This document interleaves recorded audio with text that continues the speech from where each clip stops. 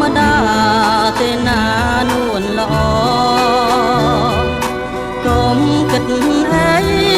ថ្លៃនាងបងគួរតែផ្សងវាសនាថ្មី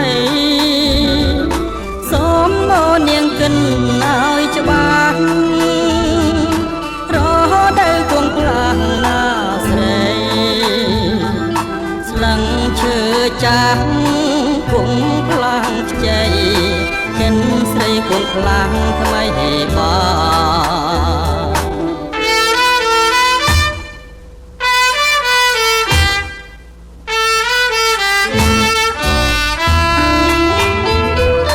ចិននៅតែកិនប្រាថ្នាក្រុមប្រាំងវសាណាថ្លៃមិនថាយុគមិនថាថ្ងៃស្លោនងអាឡ័យក្រុមគ្រាចិននៅតែកិន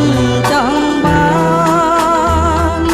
កលយានមករួមជាគ្នាក្រែងតែអូនមិនមេត្តា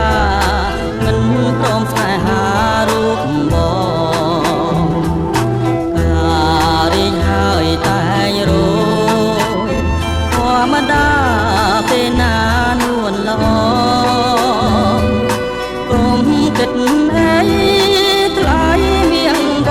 ងគួរតែផ្សងវាសនាថ្មីសូមអូននាងគិនឲ្យច្បាស់រហូតដល់គង់ខ្លាំងអាស្រីស្លឹងឈើចាស់